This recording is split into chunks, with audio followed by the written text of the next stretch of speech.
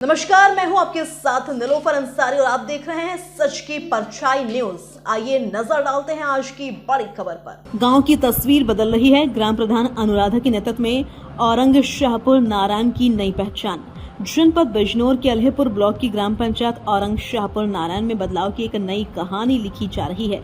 इस बदलाव की नायिका हैं ग्राम प्रधान अनुराधा, जिन्होंने ग्रामवासियों के विश्वास के साथ पंचायत चुनाव में जीत दर्ज की थी। 5 प्रत्याशियों के बीच कड़ी टक्कर में अनुराधा को 350 वोट मिले थे और उन्होंने करीब 50 वोटों के अंतर से जीत हासिल की थी।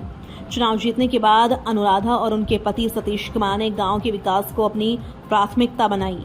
आज परिणाम सबके सामने है। गांव में मूलभूत सुविधाओं से लेकर आधुनिक संसाधनों तक कई काम पूरे हो चुके हैं। गांव में अब पंचायत घर, सामुदायिक और व्यक्तिगत शौचालय, आरसीसी सड़कों का निर्माण हो चुका है। लगभग 1 दर्जन सड़कों को पक्का किया गया है। आरआरसी सेंटर का निर्माण भी गांव के विकास में एक बड़ी उपलब्धि के रूप में देखा जा रहा है।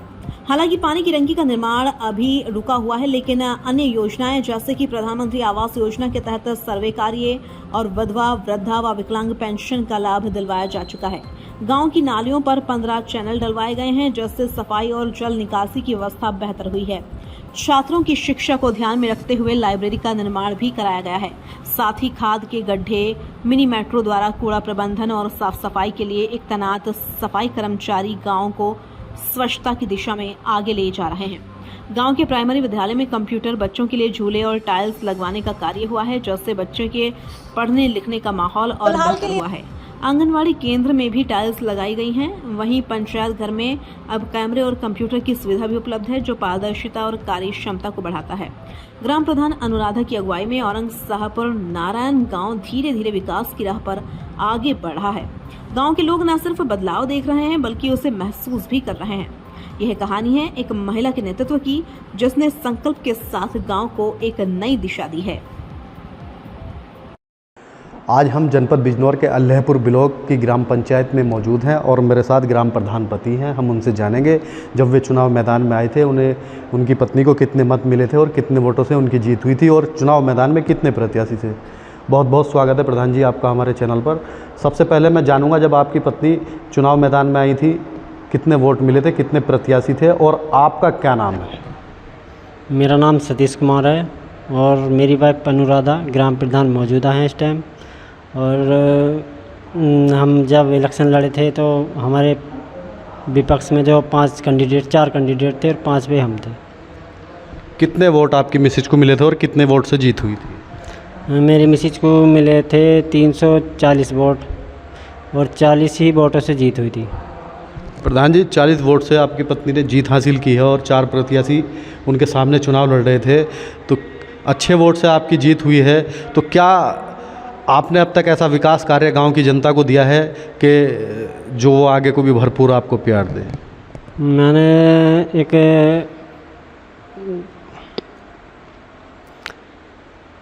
जो है निर्माण कार्य पंचायत घर बनवाया है और सामुदायिक शौचालय बनवाया है और पंचायत घर के सामने इंटरलॉकिंग कराई है और आरसीसी सेंटर बनाया है। व्यक्तिगत सामुदायिक गड्ढे बनवाए हैं खाद के और डस्टबिन बने हैं और स्कूल में टाइलीकरण और आंगनवाड़ी में टाइलीकरण कराया है और स्कूल में बच्चों को पढ़ने के लिए कंप्यूटर रखाए हैं और सीसी भी डलवाई हैं। कितनी सड़कें अब तक बनवाई गई हैं प्रधान जी? लगभग सड़कें बनी हैं 15। प्रधान जी, अगर हम बात करें स्वच्छता की, तो क्या स्वच्छता को लेकर आपकी तरफ से पंचायत में क्या क्या कार्य कराए जा रहे हैं? स्वच्छता के लिए तो जो है आरसीसी सेंटर बना हुआ है, उसमें जो सारा जो गांव का कूड़ा है वो मिनी मेट्रो से सफाई कर्मी इकट्ठा करता है और लेकर के वहाँ पे गिरता है। अच्छा, जो कूड़ा आरआरसी सेंटर पे इकट्ठा होता है उसका क्या होता है? अभी तो उसका फ़िलहाल कुछ नहीं हो रहा, वो ऐसे ही पड़ा है। प्रधान जी, अगर हम बात करें पानी की, तो हर घर जल की बात हो तो घर घर नल का मामला तो कितने लोगों के यहाँ आपने टंकी के कनेक्शन करा दिए हैं और कब तक आप पानी मुहैया कराएंगे?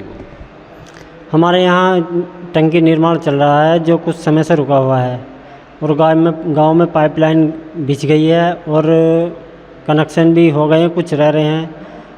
जैसे काम चलेगा टंकी का वैसे ही कनेक्शन और करा दिए जाएंगे। हमारा प्रयास यही कि जल्दी से जल्दी टंकी का निर्माण होए और गांव वालों को स्वच्छ पानी मिले। अच्छा, अगर हम बात करें युवाओं की, तो युवाओं के लिए क्या ग्राम पंचायत ने किया है? युवाओं के लिए तो अभी मतलब मेन जो होता है खेल मैदान होता है, उसमें अभी तक नहीं कुछ हो पाया।